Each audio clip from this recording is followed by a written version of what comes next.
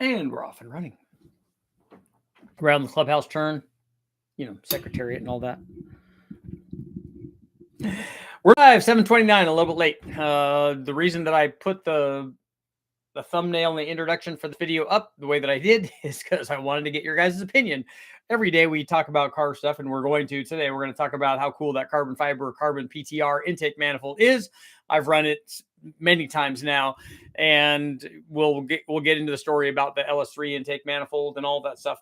It works very well. Well, we can start with that, and then we'll get into the Richard's rants. The intake manifold, similar in design, I guess, to a Holley High Ram, and the carbon PTR, the one that I tested anyway in the big LS3 test, and that's similar to the one that's in the photo. It's not exactly that one because the one that I got, I had sent back, but this was one that Andy from is it Rock and Roll? Not Rock and Roll Engineering. I don't know. I'll have to think of the name of his company. He builds engines. But it's a LS motor that he built, and he used that intake manifold on it. It was a 400 and something inch motor, and it did well as we kind of would expect from him and from that kind of intake manifold. The intake manifold, like I said, high ramish in nature, but a little better, I think. If you look at the dyno results from the test that I did on the LS3, tunnel rammy, kind of cross rammy. We talked about this the other night with a big common plenum, big throttle opening.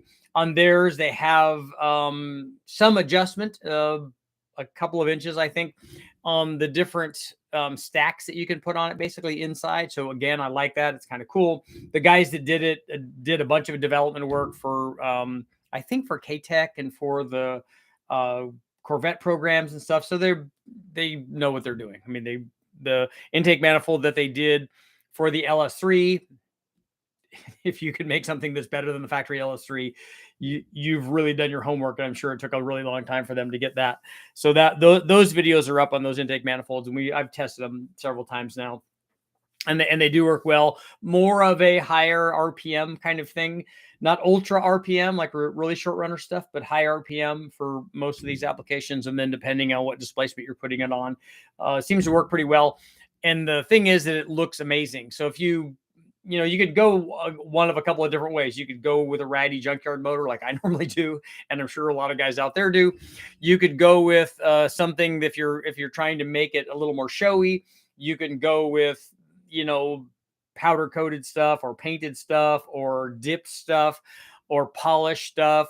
I don't think anybody's got a chrome and aluminum intake manifold if you had a high ram or something. Or you could go this route and do the, make your motor and the engine bay chock full of carbon fibery goodness. Another way to go. It looks very, very cool. So, I think if anything, maybe it looks a little bit more modern. I think carbon fiber is the new billet. So we went through all that stuff. Back in the day, you looked at pro street cars and stuff, there was gold plating and everything had anodizing and everything was polished and chromed and, done to the nines. And then they started getting into gold and all kinds of crazy stuff. I'm like, that's really nice, but it makes me not want to drive it around.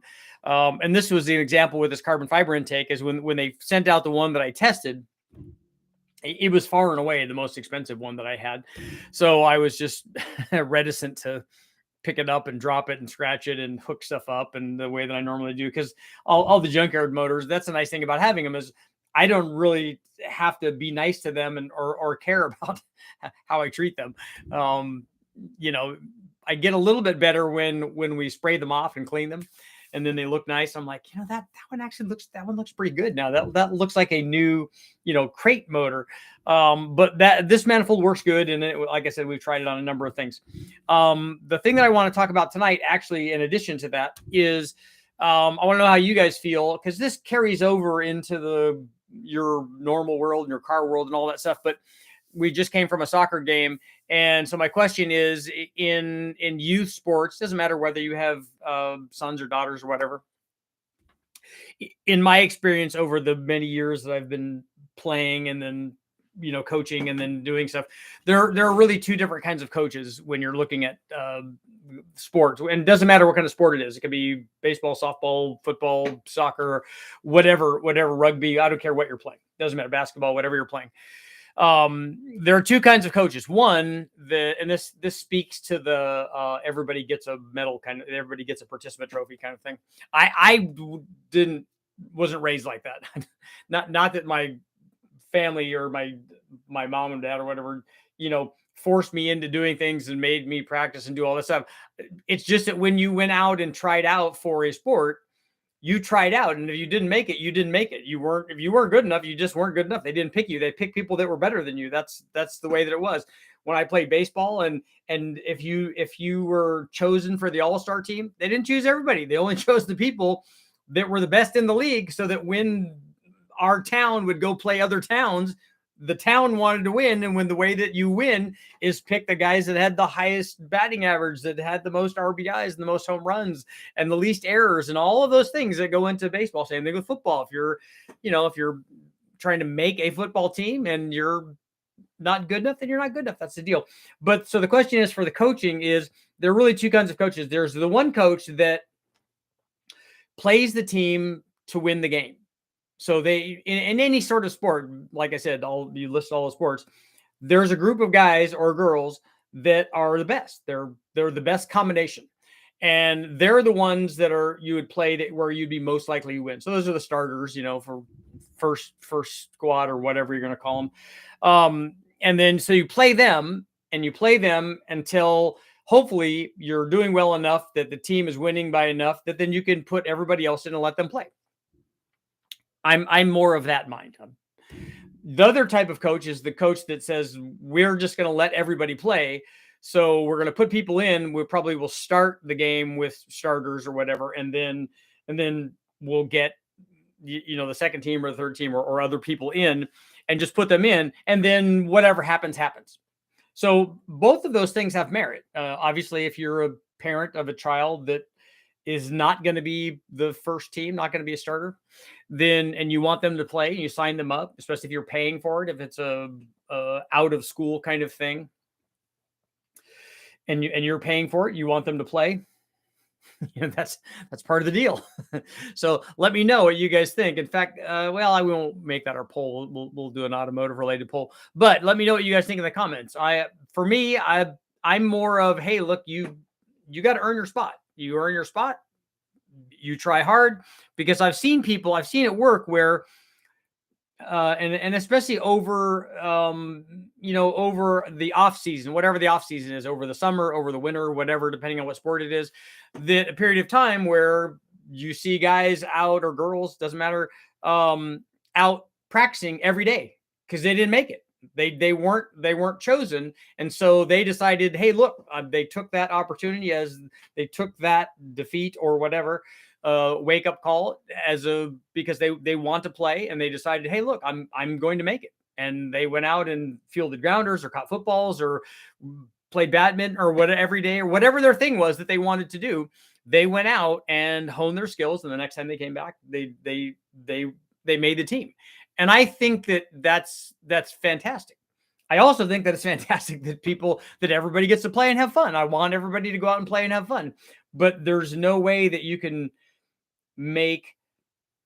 have both of those things.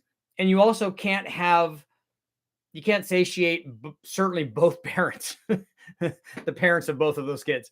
You can't, the coach that decides, hey, everybody's going to play, is going to make the parents mad that all want to win the game. And there are lots of parents like that are just all in on, like, this is the most important thing in the world right now today, that our team beats their team. Never mind that all of those parents are probably nice people and that their kids are probably great kids.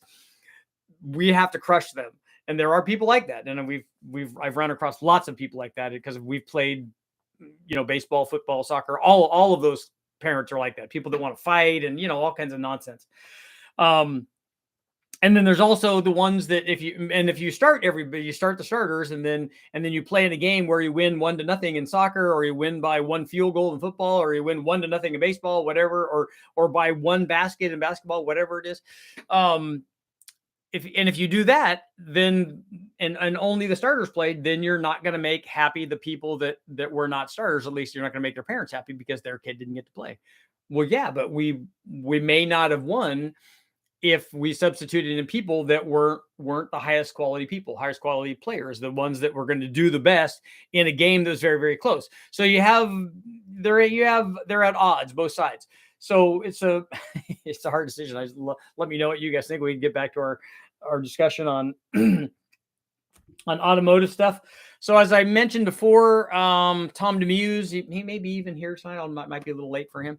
He's doing the plates for the M90s. So and I have a video that I'm editing right now on 3800 versus 4.3 liter, which should mean to you guys, give you an indication that I'm going to put an M90 on a 4.3 liter. In fact, I think we should put M90s on everything. I think everything gets M90s.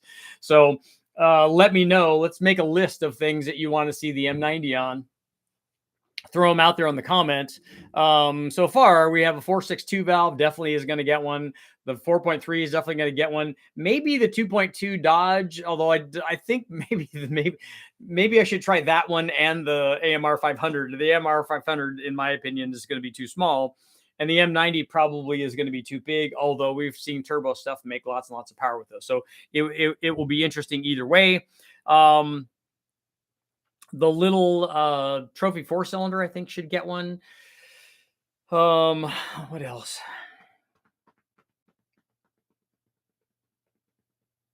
I don't know. You guys let me know. Let's let me know what you guys think for engines or engine families that should probably get that 1 liter Mafia. So a sprint turbo motor needs to get one.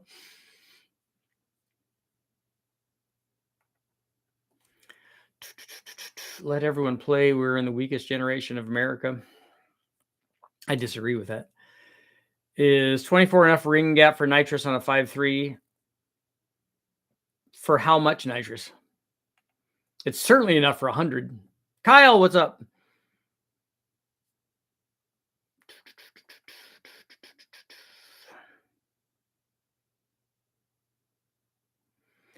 School sports, everyone gets to play. Reward effort and enthusiasm. Club sports, play to win. So like comp soccer and stuff like that, you think that that's a winning thing, and that the school sports, everyone gets to play. I would say a lot of school sports, especially if your school is known for one of those sports, that the competitiveness in that at that level is really, really high too.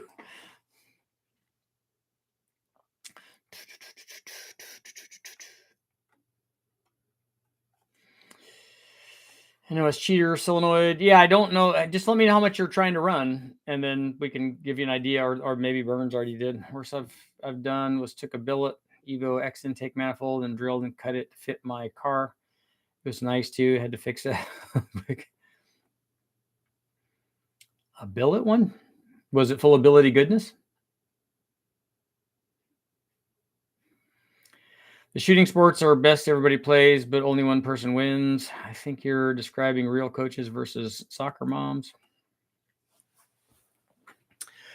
I'm hoping next week I'll have unseized the 4.8 liter. How did it seize up? What happened to it?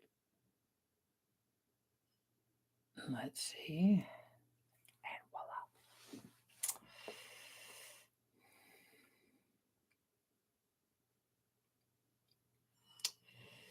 Town ball in under 10 years, the kids I've coached get a chance to play in the game. After that, they have to earn their chance. When we've dirt track raced, if we weren't at least competitive in competition, we would have quit. We got outspent. People spent hundreds of thousands to win $500 on Saturday night. Yeah, there is that. I mean, haven't seen Sykes 229 do a big bang EcoBoost. I've never run one. I don't know what the bell housing is or anything. And is a 3.5 EcoBoost motor, is that a direct injected motor?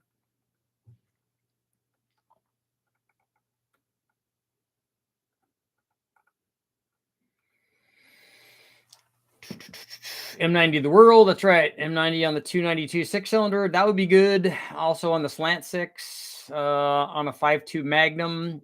Yeah. I wonder if we could trying to figure out how the intake's going to work on that, but probably a 4-barrel on the go bed. I got to get some tire speed up to spin that thing. You think a 7868 T4 is a good size for a 4.8? For how much power?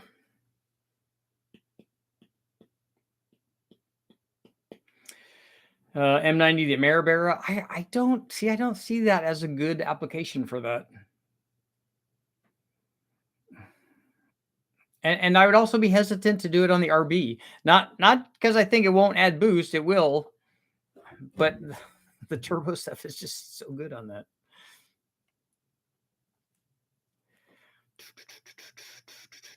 Eric, you were building mini bikes instead of participating in sports?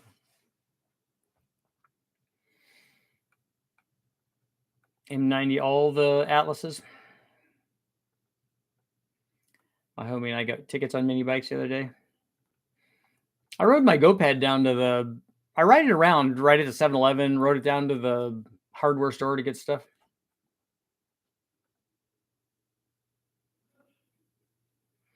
Do you know what the 8.1 Vortec 8.1 rod and piston are made of?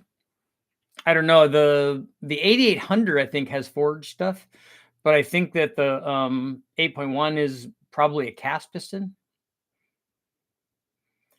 Money controls the sports in my little town. That's the way that it is in a lot of little towns. Low oil pressure warning. The whole point of competition is to see who is best. This was true in the first Olympics, first drag race. Full of all the billets stacked with anodized black billety goodness. Nice.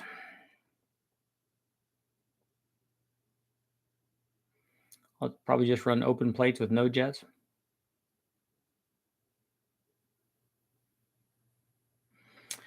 On the Dodge Magnum, I see them chop the keggers in half and weld on a plate.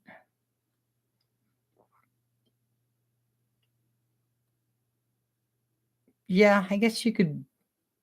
I wouldn't cut it. Well, you might be able to cut it straight. You probably would mill it.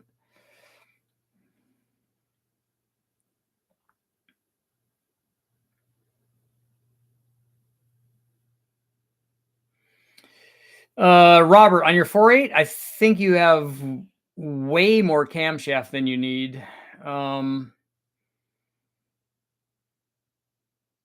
But because you could top out your turbo, and if you're only running 8 or 10 pounds, I definitely would run a smaller camshaft in it. S48 or GT45 for a big block twin 496 stroker. You want to run twins? If you're thinking two S480s, then you're thinking 2,000 plus horsepower, between 2,000 and 2,500 horsepower. GT45s are more like 1,500.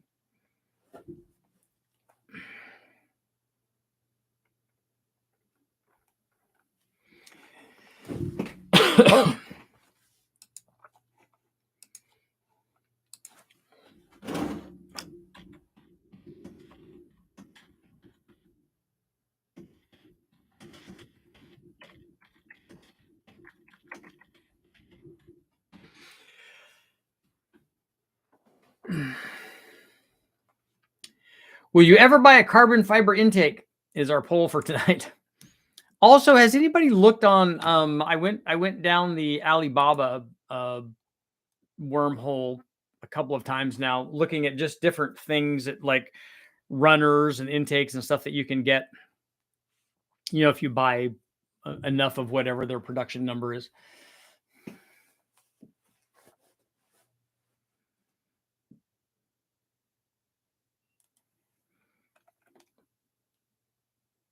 You mean, will you ever win the lottery? Yep. Carbon fibery is we're going to go to live chat. Carbon fibery stuff is not cheap.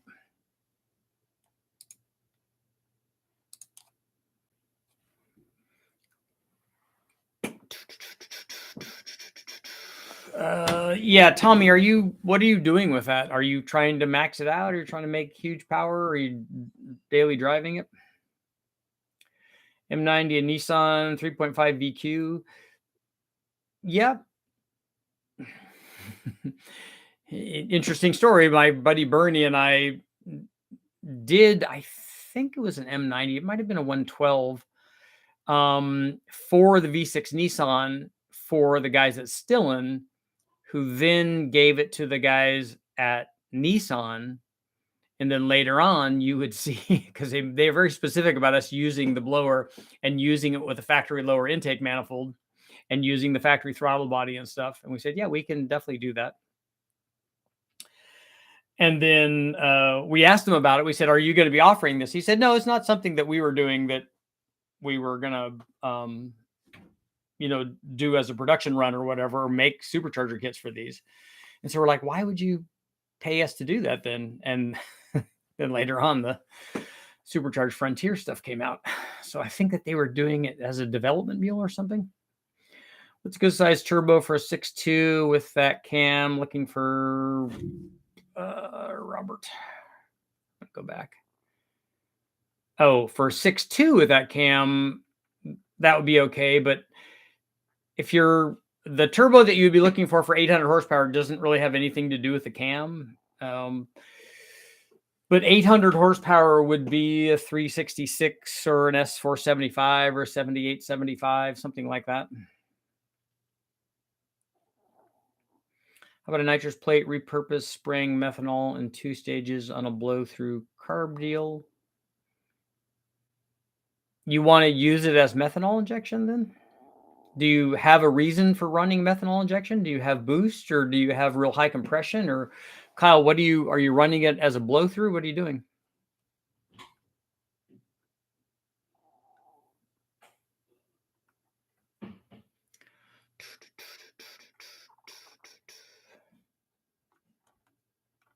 Street racetrack. So Tommy, excuse me. My question for turbo questions is always the same thing. So you got to tell me how much power you want. So if you want 2,500, then you pick turbos that will make 2,500. If you want 1,500, there's no reason to pick 2,500 horsepower turbos because they're going to be laggy. So pick the turbos that are the most responsive for the power level that you're trying to achieve. That's what I normally recommend for turbos. If I'm going to go do a turbo at some point, is it okay to gap rings with an NA? Yes.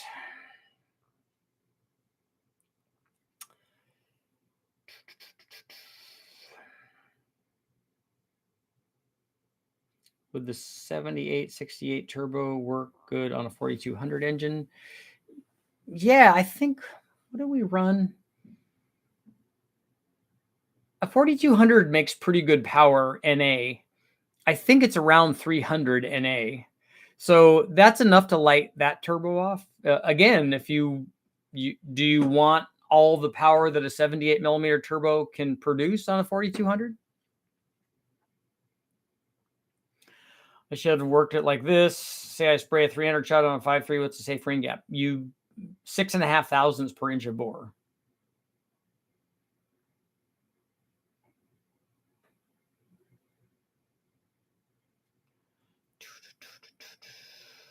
Yes, sir. Blow through twin GT35 deal on the nitrous plate, methanol enrichment question. Yeah, I don't know how you're going to do tuning with that, but any way that you're introducing methanol is the same as long as you're atomizing it. You're going to atomize it through jets in the nitrous plate.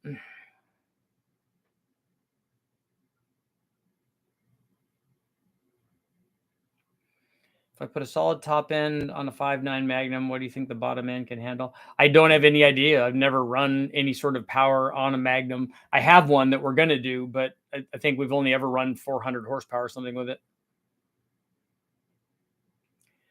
Looking for a turbo, something to use it on. There's lots of stuff. If you have that turbo, you could run it on lots of stuff.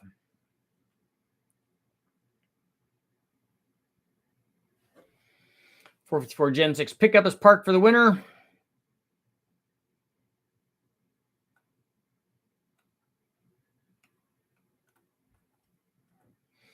Nicholas wants recommendations on a aftermarket flex plate. Does anybody have any good luck? He was going to get a Circle D, I guess, but Cyber Monday or Tuesday or Wednesday is gone by now.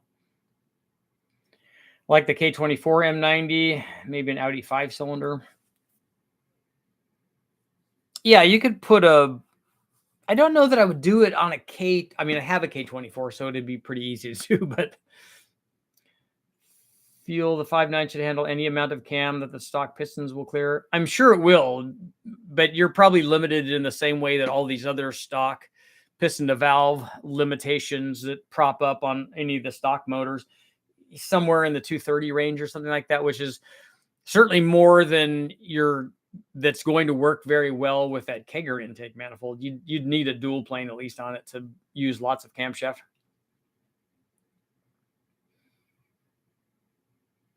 We've got a 4200, a 48, full of 5.3s and a few 6.2s. Any of those would be good for that blower. My recommendation was just with the 4.8 to put a smaller camshaft in it. 2-liter Ecotech. I believe it was $400, but it was 10% off.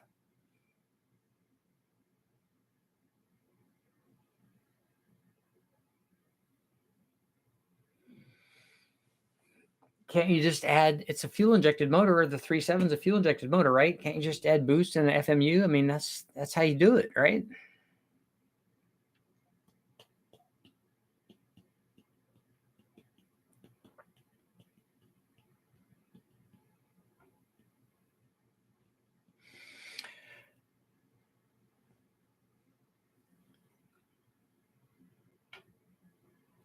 So here's a good question that probably should have been a poll question, but we have on the LS family, we have 105 millimeter throttle bodies. We have 102 and 105. That's most of the openings are size for that. Excuse me, Holly. I think Holly does theirs for 105, and the fast ones were 102. But at what point, at what power level do we run out of? Does 105 or 102 millimeter become a restriction? At what power level on an NA motor, and then what power level on a positive displacement blower where we're still drawing air through the throttle body? Because if we're blowing air through the throttle body, there's not a realistic number. You could make 1,000,000 horsepower blowing through it with turbos or whatever. But on a draw through setup, what is the power level you think where a 105 millimeter throttle body becomes restrictive? Is it 500? Is there power to be gained on a 500 horsepower motor, or 600, 700? Where do we get to before we start seeing vacuum behind the throttle body on a 105 millimeter throttle body?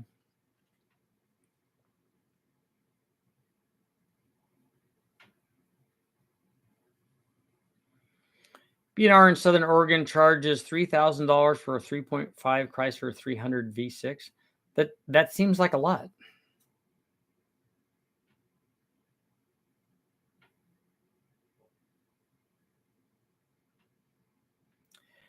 Got a buddy that sprays 300 on the stock bottom end 5.9. They are tough. Same buddy slowing a rod in the other truck. Had a rod sticking out the oil pan. Set up a few months. It would still crank and stay.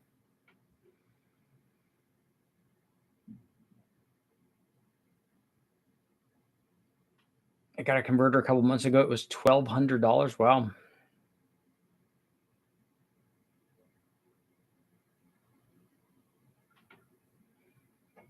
A 300 shot on a stock 5.9 Magnum. I mean, a stock 5.9 Magnum probably doesn't make 300 horsepower, right? Roots blower on an Audi 5 would sound crazy.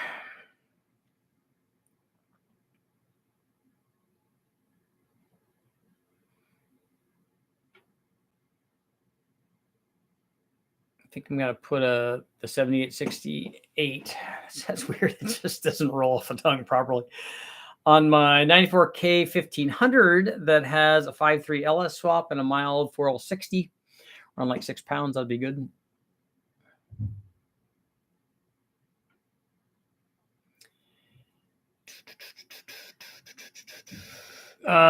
Reptile, who's telling you those numbers for the 5.3s and the 6.0s?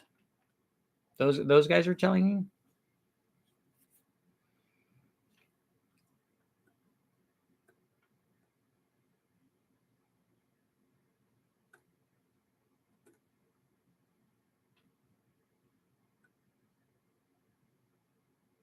Yeah, Nicholas, I remember that joke on the converters. Their TSP cam made the converter go bad.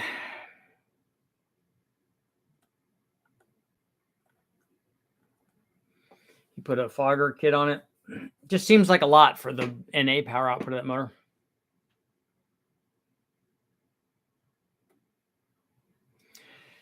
Richard, I know you've tested the Super Ram for the small block Chevy, but have you ever tested the Mercruiser equivalent for the big block Chevy, and are they any good? I don't know. I don't remember running those. I think West Tech has run one of those Mercury or Mercruiser or Mercury Marine EFI intake manifolds. I think they've run some.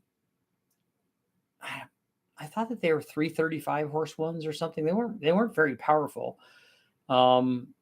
Or 400s or 450s or something. I think West Tech has run something on the dyno with those manifolds on there, but I don't remember them ever comparing it to something else. I think that they were running motors that were going back in boats after they were freshened up, and somebody was just making sure that they were okay.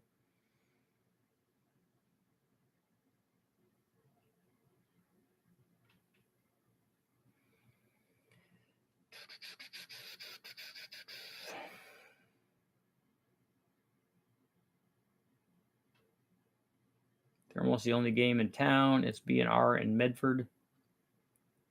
I'm not exactly sure how much an LS throttle body flows, but I'd say somewhere around 1500 CFM. So 650 to 700 horsepower.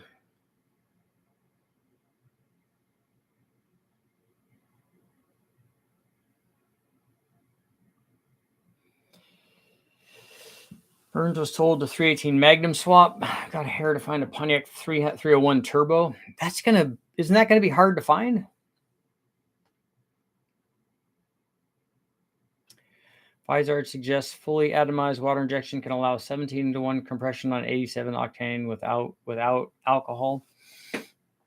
I think that's great. My question is, how are you going to get 17-to-1, and why would you want 17-to-1?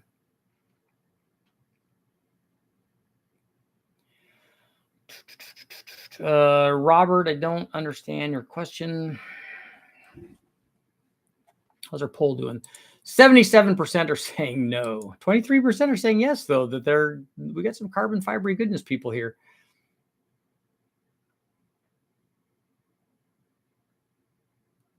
John, you're back. Good, man. You got to take care of the family first.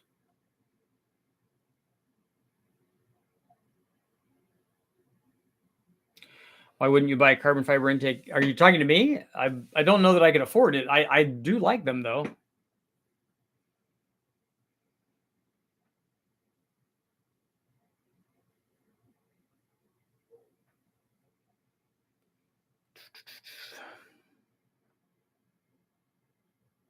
He postulates that World War II aircraft only put alcohol to avoid freezing. I'm talking to the no people. Oh, since price is definitely a consideration.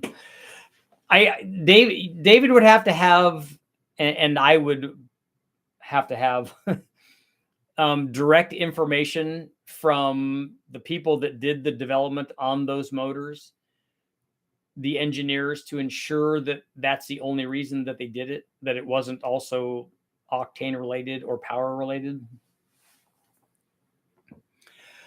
Been working out a friend's 1980 turbo Trans Am. He wants a 400 or a 455. He wants 4,000 for the 301 turbo engine right now. Is that that seems like a lot to me, but I have never looked up to see what one would cost. But it would have great thermal properties. I have an LS7. I have a stock 2004-8 single plane Holly 650 twin GT35s intercooled. Just wonder if it's worth bastardizing the carb for boost versus adding fuel from a nitrous plate. So aren't you going to have to run? Are you talking about making the carburetor a blow-through carburetor? Or are you talking about adding the fuel from the nitrous plate because the carburetor won't supply enough? I'm not understanding what the issue is there with that combination.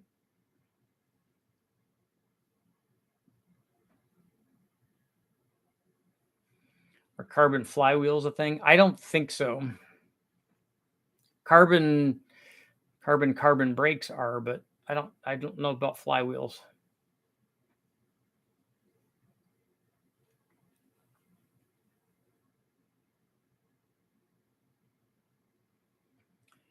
If I roll into my mechanical throttle body, 99% stock 5.3, it takes off faster than foot to the floor off of a stop. I'd say that means they come way oversized, probably. The throttle body itself is not going to affect low speed power.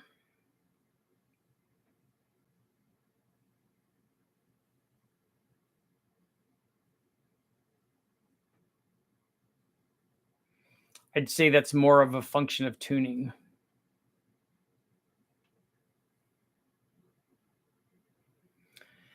The carb swap headers and 1.9 rockers, it made 271 horsepower to the wheels on the Dynajet through a 727. It's a junkyard bottom end with a stock cam. A 300 shot would be fun. So it's not making 300 NA, well, 270 at the wheels. So it's making a little more than 300. So you're going to run 100% or near 100% worth of nitrous in a motor like that?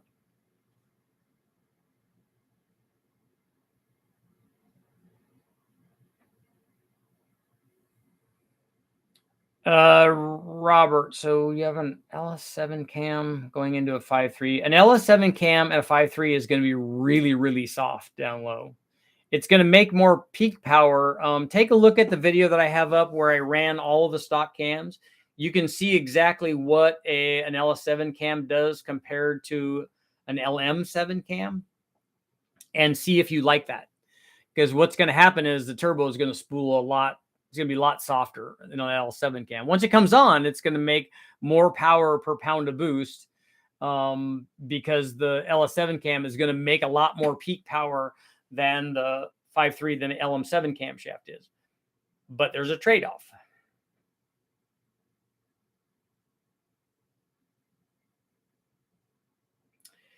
I'd absolutely love to see a 2.3 liter Ford. I would too, or a Volvo motor. A 2.3 liter Ford is definitely could happen. I got a guy that I'm working with that has those SVOs, and so we're going to do some chassis dyno testing with him, I think.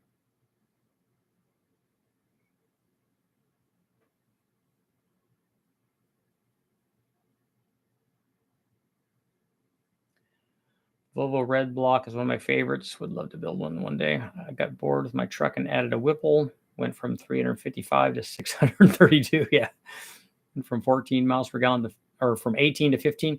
Did it hurt cruise mileage that much? Just cruising down the road?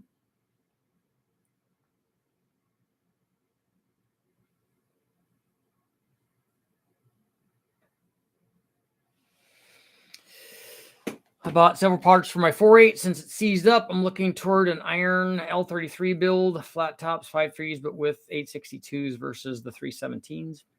They'll be better than the 317s for sure. But coming in softer will also help the rods in it and the trans behind it rather have horsepower than torque. Torque breaks things. Okay.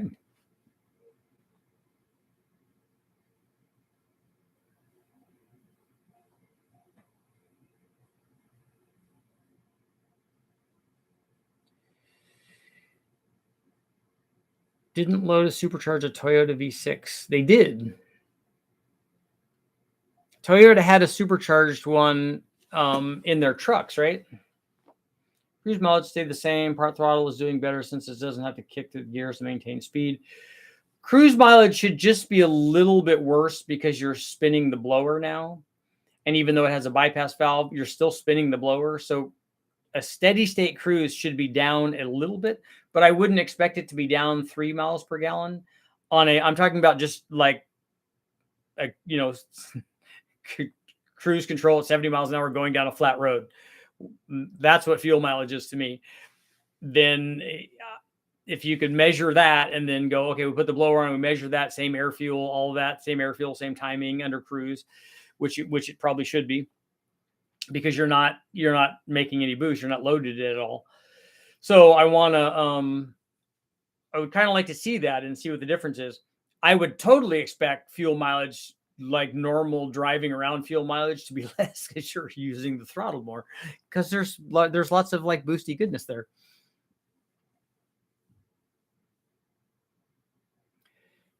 Pardon, 035 heads. Yeah, the L33 came with 317s.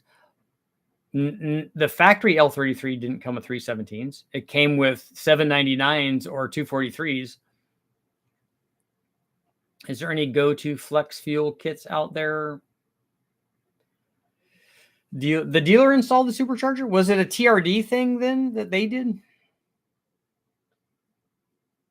I love the statement that horsepower is a byproduct of torque. One's work and one's work over time.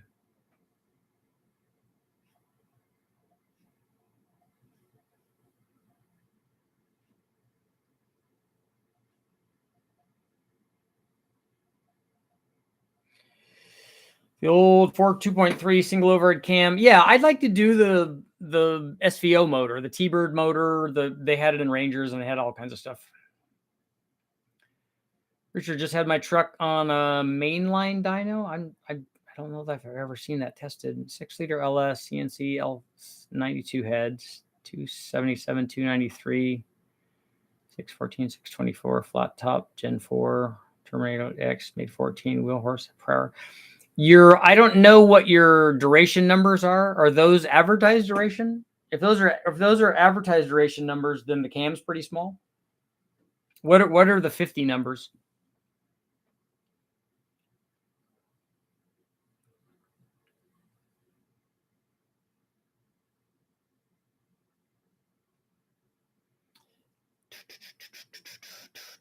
Yeah, we made a lot of mistakes when I was doing the stuff with Dave from Tiny Avenger on his little Mustang that he had the SVO motor in.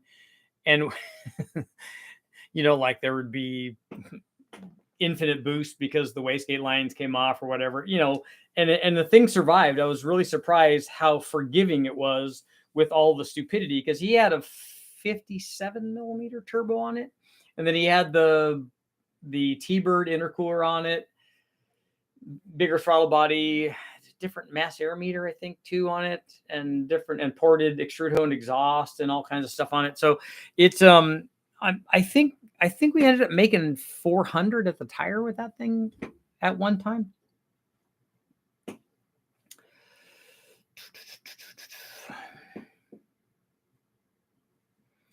$227, $243. I guess that's not terrible for a 6.2.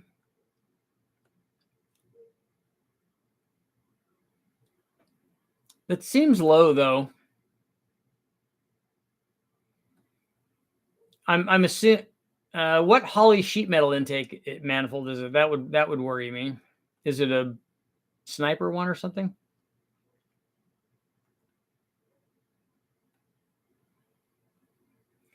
Richard, I have questions. Just started finishing my older brother's project at home. He started a 383 stroker. He had an old 5.7 small block and a 383 crank piston rod kit. Okay. You come to the right place.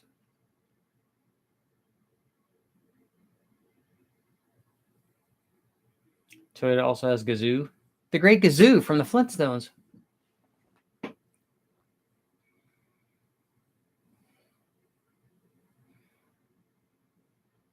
Yeah, Dirt, just tell me how much power you want to make with your 383 and what compression it is. What intake you're running.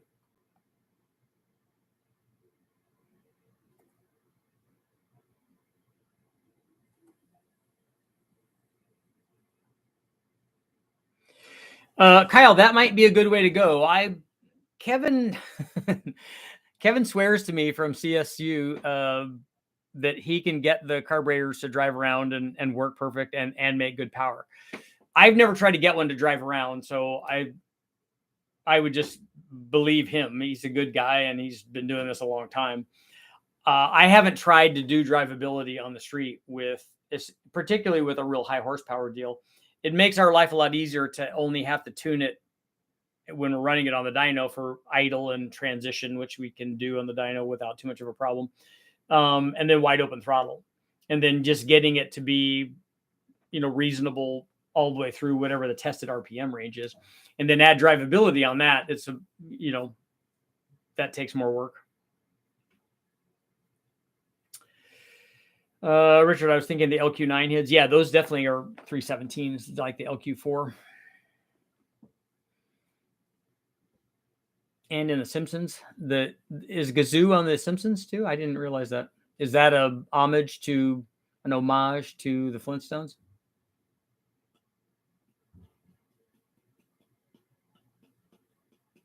I know, Admiral. Come on, where's the modular power? Yep, the mod squad is here. So we'll go ahead and say that wow, actually more than I thought. 28% would think about getting a carbon fiber intake, or maybe that's our goal, is that we want to make carbon fiber intake money.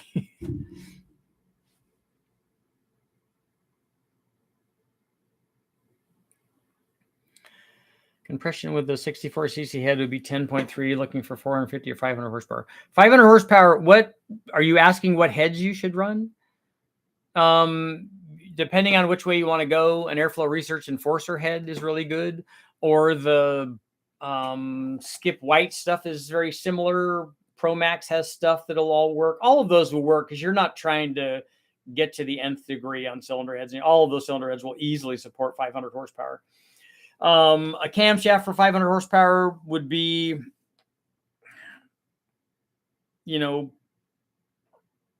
low 230s, like a 232, 238 kind of thing, I think. Low pro sniper for your intake. Yeah, that's not ideal, but it should at least make decent peak power for the sniper. Carbon intake for 5,000 or just raise the boost? Yeah, that's a pretty easy question, right? I would 3D print a carbon fiber intake. Good to see everyone. Getaway, what's up? 70-mile-an-hour cruise speed average dropped from 22 to 16 to 18. That's a lot.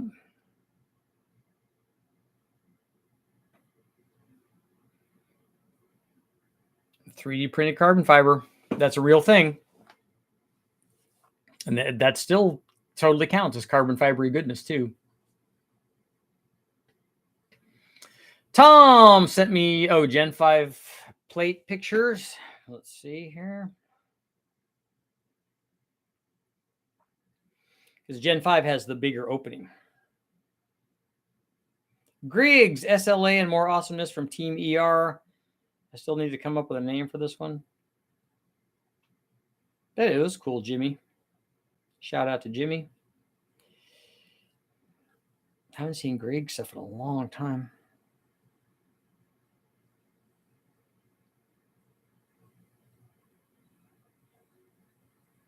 Oh, he sent videos too.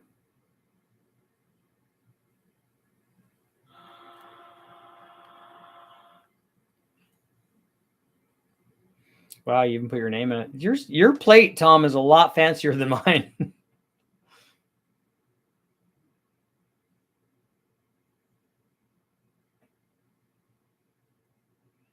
Wow.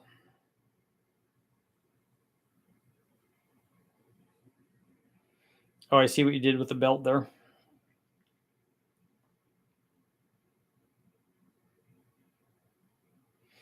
But there's no power steering on that though.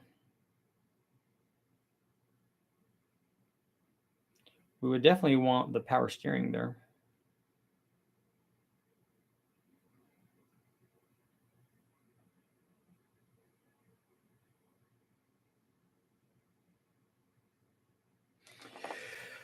Cool.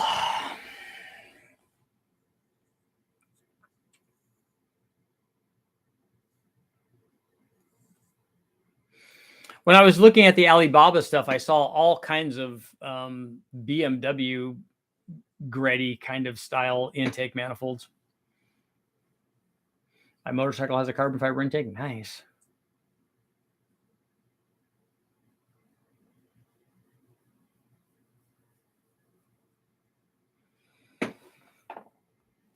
Carbon fibery goodness. I looked at lots of cool stuff today, by the way. 2024 is going to be there's going to be a fun dyno year.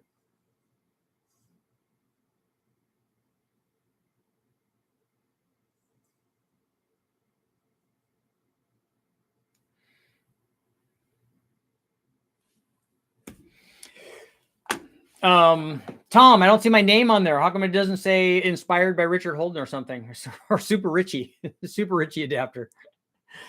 That would have been cool. 2024, the year of the Hemi. We are going to do some Hemi stuff. I've got some Hemi intake dyno results already.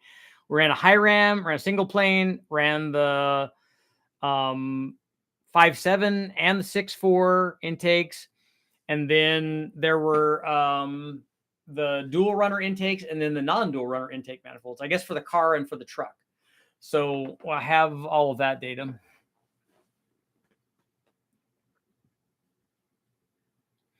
So an LS with a big turbo into the supercharger.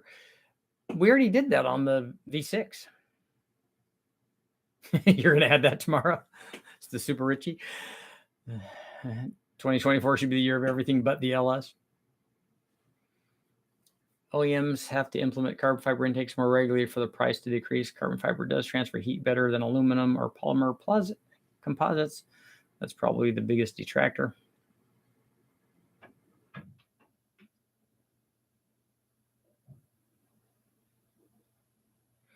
Burns, which Mopars are getting stolen?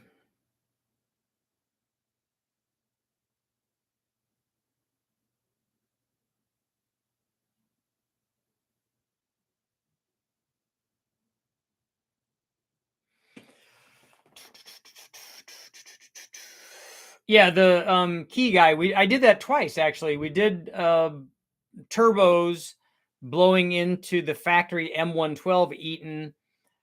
I did a video on that on a modular Ford, so a 464 valve and an 03 Cobra. I think this one was actually an 04, but it's the same thing. And then also on the V6, on the supercharged 3800 V6, when it was mildly modified. I think I even put the stock blower plate back on it because I didn't want to make a whole bunch of compound boosts. So crazy. And then we ran probably a GT45 turbo with an air to water intercore and then blowing into the blower. And it did what you'd expect it to do. It made boost and made good power. You're the reason I put a 5.9 in my Barracuda, 67 Barracuda. Based off the engine dyno numbers and the weight of the car, it said I could run 12s and it does 1270 at 107. Nice. Nailed it. What did you do to the 5.9?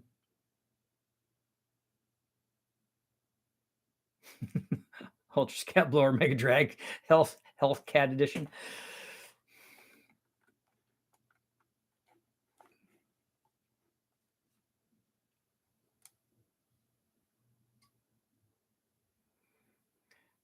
The poll is: would you prefer an Atlas 4200 over a 4.6? Which 4.6 are you talking about? Talking about a North Star? That's right. That's right. All the Hemi ones, especially the Demons and Trackhawks, insurance rates are raising on all Mopars, though, because Kia Hyundai are most stolen than Mopars at the moment, even more than a Honda Civic. A Honda Civic was the most stolen vehicle in the United States for, I think, the last 20 years. Would going with a Sniper 2 EFI and Sniper distributor be worth it on a 383 small block Chevy? Only looking for 450 horsepower. Should I go with a conventional carburetor? I would put a carburetor on it. You're gonna be a lot happier. 4.6 Illuminator versus an Atlas. So a 4.6 4 valve then? The 4.6 4 valve is going to make more power than a 4200 did. Dad just finished his first Sniper 2 install. Nice.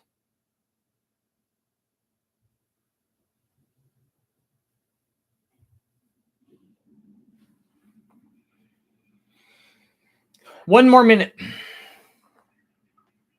But a 500 horsepower 383 just is an easy dual plan, carbureted, some kind of aluminum head, reasonable camshaft. Oh, carb swap headers and the 1.9 rockers with cold air. Did you put springs in it for the 1.9 rockers? I'm sure you had to have put springs in it. ram air breather set. Car weighs 3,200 pounds, 323s with a stock trans. That's pretty cool.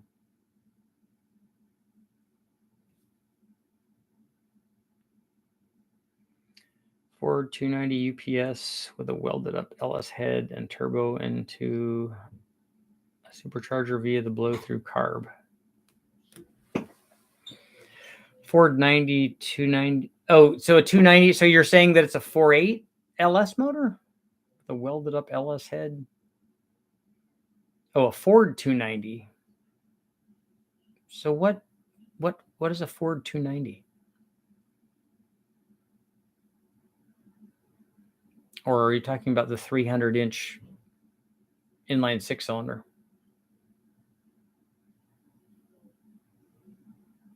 Subaru Impreza WRX, most stolen vehicle worldwide,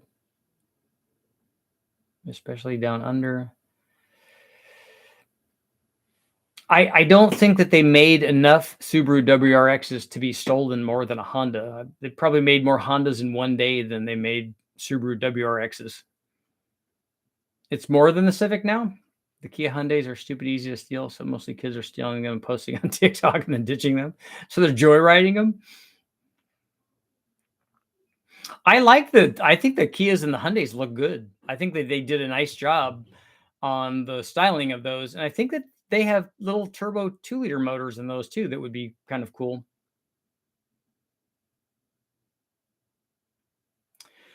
Thanks for all the videos. My 16-year-old and I have started a Junkyard 5.3 short block and rebuilding part because of your influence. So I'm to blame.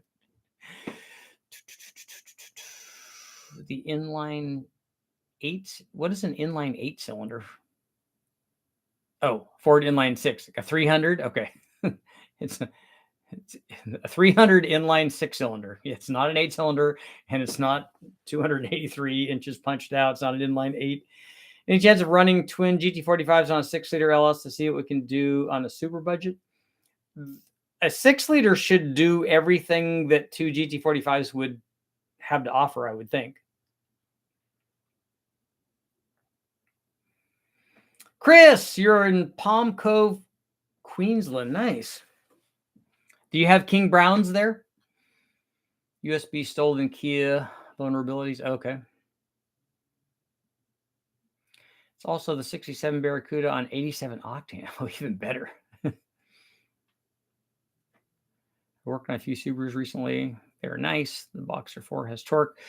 I think Brule might have either a Hyundai or a Kia, I think. Yeah, Buick made a straight 8. I remember the straight 8s from back in the day, but not anything modern and not something that Ford did recently. I like the N Sport 2-liter turbo and the Kia Stinger 3-liter twin turbos. Both are great motors. And I saw one on the freeway the other day. In fact, Lisa was commenting about it because we were driving her car and we came up on one that had tinted windows and was all dark and stuff. I'm like, that's a really cool looking car. It didn't have any stickers or anything on it. And I'm like, what the hell kind of car is that? And then it turned out to be, I think it was a Kia.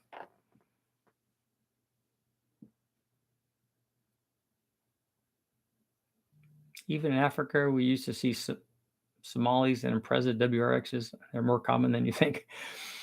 I'm going to, just for you, Julius, I'm going to look up the production numbers of Imprezas. And I thought that in Somalia that you would only see Toyota Hiluxes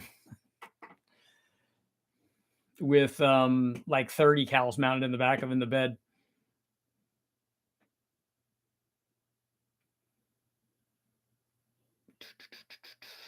Crocodiles and King Browns are the norm. Stingers in the water will hurt like you've been whipped. Uh-oh. Even the EVs look stylish. They've done a good job. Who's ever doing their style, whoever their styling department is, I think that they've done a nice job. I don't know if they're taking cues from the Mercedes stuff or BMW stuff or whatever, but they're on point.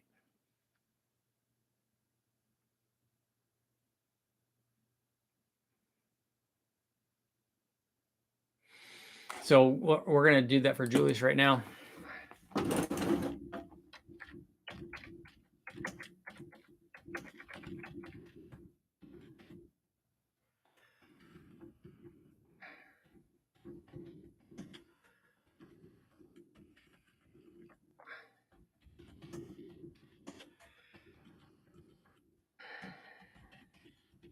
don't know if it's going to give this to me, but well, it's difficult to determine exactly how many WRX models were produced. We know that over 3 million were produced globally.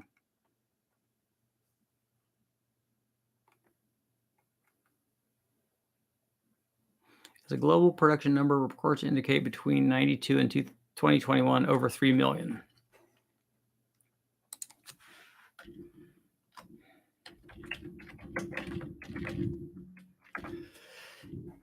Honda Civic, 27 million Honda Civics have been made. More than 27 million Honda Civics have been made. That's a lot.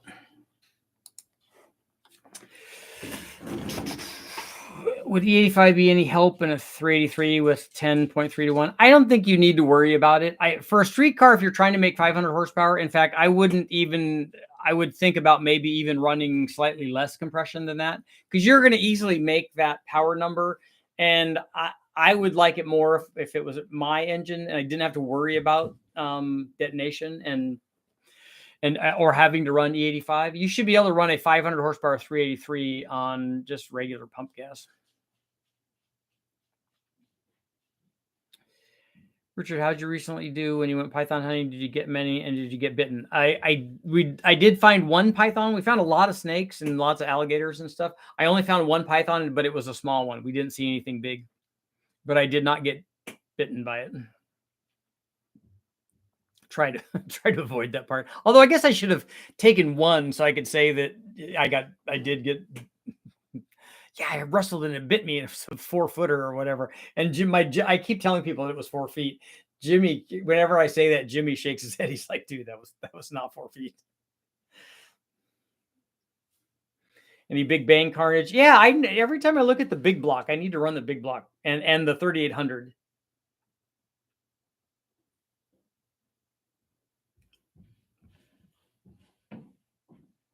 And on that note, it is time to go. Thank you guys all for showing up. I will be back tomorrow. I'm editing the 3800 versus 4.3 liter video as soon as I get off, not while I'm talking to you guys, because that's way more important. And then so that will be up, but I will be back on tomorrow morning.